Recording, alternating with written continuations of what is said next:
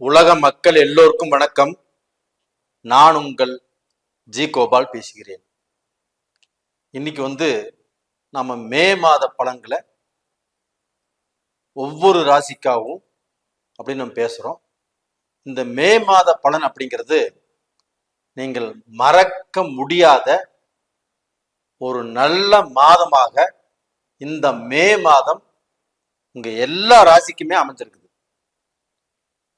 இதற்கு என்ன காரணம் அப்படின்னா, இந்த மே மாதத்துல தான் சில முக்கியமான கிரகங்களுடைய பெயர்ச்சி.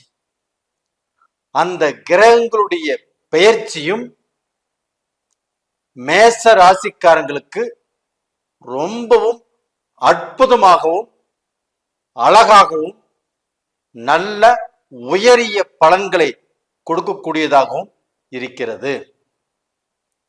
இந்த மே மாச கிரக நிலைகள் எப்படின்னா, சூரிய பகவான் மேசத்திலே இருக்கிறாங்க உச்ச பலத்தோடு. அதுவும் மே மாசம் 14ஆம் தேதி வரைக்கும்.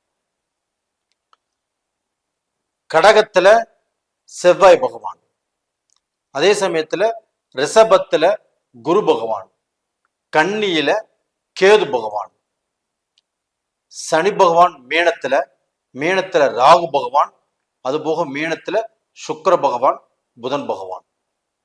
இது இந்த மாத கிரக அமைப்புகள்.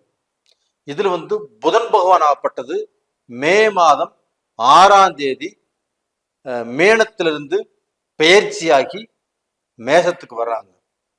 அந்த மேசத்தில் உச்சம் பெற்ற சூரியன் இருக்கிறாங்க. அந்த சூரியனோடு புதன் இணைந்து புதாதித்ய யோகத்தை மேச ராசிக்காரங்களுக்கு கொடுக்கிறாங்க. இது ஃபர்ஸ்ட். அடுத்தது பாத்தீங்கன்னா, இந்த குரு பகவான் ஆகப்பட்டது மே மாசம் 14ஆம் தேதி ரிஷபத்திலிருந்து பெயர்ச்சியாகி மிதுனத்துக்கு போறாங்க.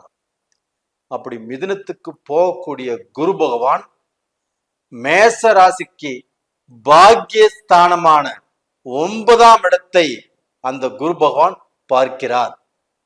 அட்டகாசமான ஒரு யோகங்க உங்களுக்கு. அது போக ராகு கேது மே மாசம் 18ஆம் தேதி மேனத்தில் இருக்கக்கூடிய ராகு பகவான் பின்னோக்கி நகர்றாங்க.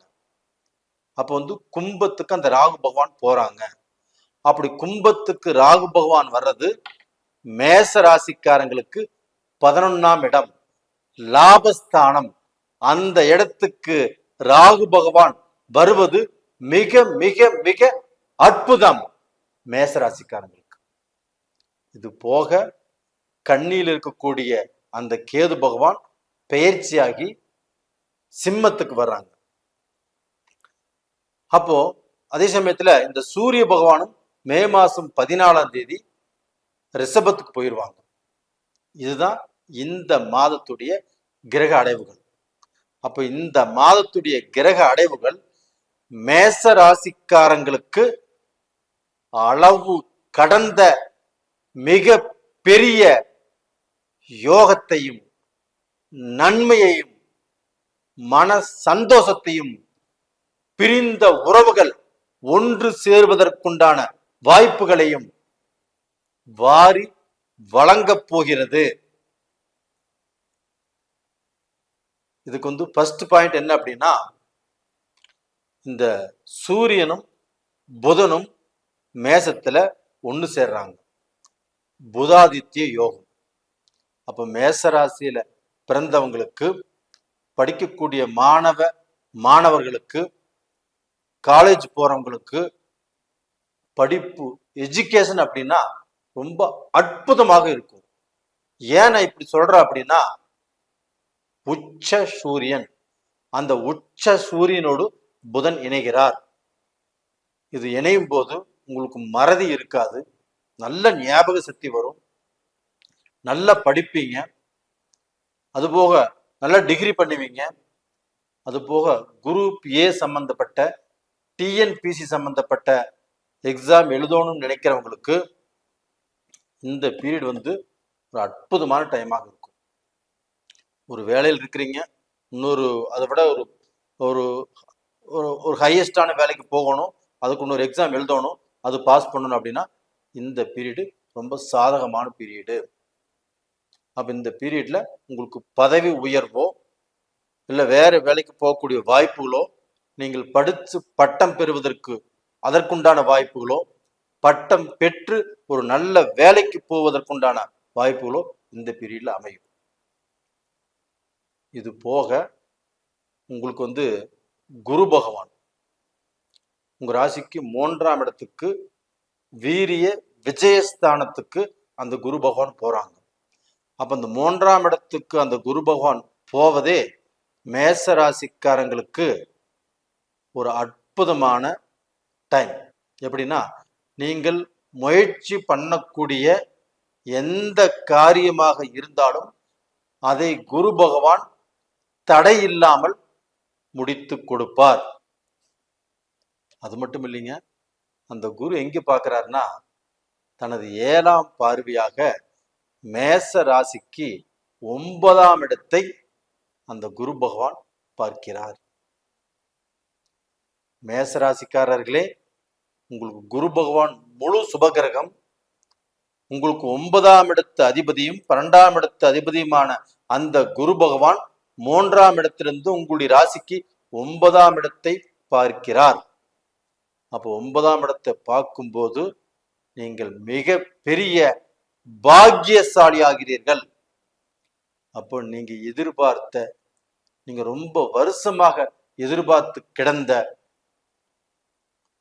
நீங்க ஏதாவது ஒண்ணு ஆரம்பிக்கணும், ஏதாவது ஒண்ணு செஞ்சே தீரணும் அப்படின்னு நீங்க கற்பனை, உங்களுடைய எதிர்பார்ப்புகள், உங்களுடைய லட்சியங்கள், உங்களுடைய ஆசைகள், இது எல்லாமே பூர்த்தி ஆகக்கூடிய டைம் வந்தாச்சு.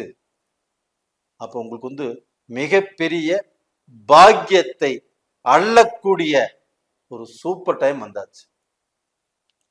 அது மட்டும் இல்லைங்க, உங்களுடைய அப்பாவுடைய உறவுகள், உங்களுடைய தாத்தா பாட்டி, உங்க பங்கும் பங்காளிகள், உங்களுடைய அண்ணன் தம்பிகள், நீங்க எல்லாருமே நல்லபடியாக நல்ல சந்தோஷமாக பிரிந்த உறவுகள் ஒன்று சேர்ந்து திருப்தியாக வாழக்கூடிய டைம் வந்தாச்சு. இது போக பார்த்தீங்கன்னா உங்களுக்கு 11ஆம் இடத்துல ராகு பகவான் வர்றாங்க. இந்த ராகு பகவான் 11ஆம் இடத்துக்கு வருவதே பேரதிர்ஷ்டம்.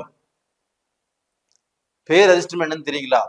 உங்க வாழ்க்கையில இதுவரைக்கும் நீங்க கஷ்டம், நஷ்டம், விரயம், ஒரு தொழில் ஆரம்பிச்சு நல்லா இல்லை, ஒரு வேலைக்கு போய் நல்லா இல்லை, ஒரு நல்ல சந்தோஷமே கிடைக்கலையே, ஒரு நல்ல மன நிறைவே கிடைக்கல அப்படின்னு நினைச்சிட்டு இருக்கிறீங்க இல்லையா? உங்களுக்கு அந்த எல்லா விதமான மன நிறைவையும் மன சந்தோஷத்தையும் உங்களுக்கு செல்வத்தையும் செல்வாக்கையும் கொடுக்கக்கூடிய ஸ்தானத்துல தான் அந்த ராகு பகவான் வந்திருக்கிறார். அப்ப அந்த ராகு பகவான் 11ஆம் இடத்துக்கு வந்தது மிகப்பெரிய யோகம் மேசராசிக்காரங்களுக்கு. மேசராசியில் பிறந்த ஆண்களுக்கும் யோகம், பெண்களுக்கும் யோகம். பெண்களுக்கு ஆடை ஆபரணங்கள் கிடைக்கும், தங்கம், வைரம், வைடூரியம், இதெல்லாமே கண்டிப்பா நீங்க நினைச்ச மாதிரியே வாங்கிக்கலாம். அது போக நீங்க செய்யக்கூடிய வேலை, நீங்க எதிர்பார்த்த நாடு, அது போக கணவன் மனைவி பிரிஞ்சிருக்கிறீங்களா, நீங்க எல்லாருமே ஒன்று சேர்ந்து வாழணுமா, அந்த மாதிரியான பாக்கியம். ஒரு வெளிநாட்டுக்கு போகணுமா, வெளிநாட்டுல வேலை செய்யணுமா, வெளிநாட்டில் நீங்க ஏதாவது எதிர்பார்க்குறீங்களா, கண்டிப்பாக நடக்கும். வெளிநாட்டு வாய்ப்புகள் இந்த பீரியட்ல மேசராசிக்காரங்களுக்கு கண்டிப்பாக நடக்கக்கூடிய வாய்ப்பு வந்தாச்சு. வெளிநாடு சம்பந்தப்பட்ட பிஸ்னஸ், இது எல்லாமே உங்களுக்கு கைமேல் பலன். அப்போ இவ்வளவு பெரிய யோகங்கள் உங்களுக்கு இருக்கிறது. இந்த எல்லா யோகமும் உங்களுக்கு ஒன்று சேர்ந்து, அதாவது புதன், ராகு, குரு, சூரியன், இவங்க எல்லாத்துடைய நல்ல பலன்களும் மேசராசிக்காரங்களுக்கு அற்புதமாக இருக்கிறது.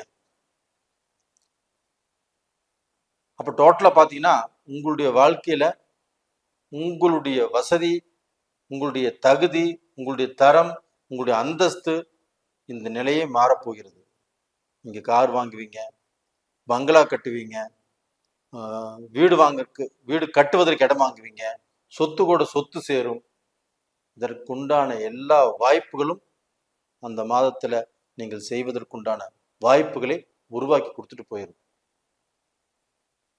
அதனால நீங்க இந்த பீரியட்ல வணங்க வேண்டிய தெய்வம் எது அப்படின்னா, உங்களுடைய ராசிநாதன் கொஞ்சம் வீக்கா இருக்கிறாரு, நேச்சத்தில் இருக்கிறாரு. அதனால உங்களுக்கு சடார்னு கோபம் வரும், திடீர்னு முடிவுகள் எடுப்பீங்க. திடீர்னு எடுக்கக்கூடிய யோசனை செய்யாமல் எடுக்கக்கூடிய முடிவுகளால் ஏதாவது தவறு வந்துடும். அப்போ அது மாதிரி எந்த முடிவுகளும் எடுக்கக்கூடாது, எந்த பிரச்சனைகளும் வரக்கூடாது. அப்படின்னா நீங்க வழிபட வேண்டிய தெய்வம் என்ன அப்படின்னா, திருச்செந்தூர் முருகரை நீங்க வழிபட்டு வாங்க. இல்லை திருச்செந்தூர் போக முடியாதவங்க உங்க வீட்டுக்கு பக்கத்திலே இருக்கக்கூடிய அந்த முருகரை செவ்வாய்க்கிழமை நாள்ல வழிபாடு செஞ்சுட்டு வாங்க. கண்டிப்பா நல்லா இருப்பீங்க. இது போக உங்க வீட்டில் 3 கைப்பிடி உப்பு அள்ளி ஒரு வெள்ளை துணியில் போட்டு கட்டி ஒரு 9 நாள் சாமிகிட்ட வச்சிருந்து கும்பிட்டுட்டு, உங்களுடைய கஷ்டங்கள் எல்லாமே பரிகாரமாகணும், எனக்கு நல்ல கல்யாணம் நடக்கணும், எனக்கு குழந்தை பாக்கியம் வேணும், உங்களுக்கு எந்தெந்த குறைகள் இருக்குதோ அதை சொல்லி கும்பிட்டு வாங்க. 9வது நாள் எடுத்துட்டு போயிட்டு உங்க பக்கத்தில் இருக்கிற ஆறோ கடலோ அதில் கரைச்சிருங்க. கரைச்சிட்டு விநாயகர் கோயிலுக்கு போயிட்டு வந்துடுங்க. கண்டிப்பாக உங்களுடைய கஷ்டங்கள் தீரும், நல்லா இருப்பீங்க. நேயர்களே, இந்த பதிவு பிடிச்சிருக்குன்னு நினைக்கிறேன். பிடிச்சிருந்தா லைக் பண்ணுங்க, சப்ஸ்கிரைப் பண்ணுங்க. உங்களுடைய ஜென்ம ஜாதகத்தையுமே ஒரு முறை நீங்க பார்த்துக்கோங்க. அப்படி பார்த்துக்கிறது ரொம்ப ரொம்ப நல்லது. அது போக உங்களிடமிருந்து விடைபெறுவது உங்களின் ஜி கோபால். நன்றி, வணக்கம்.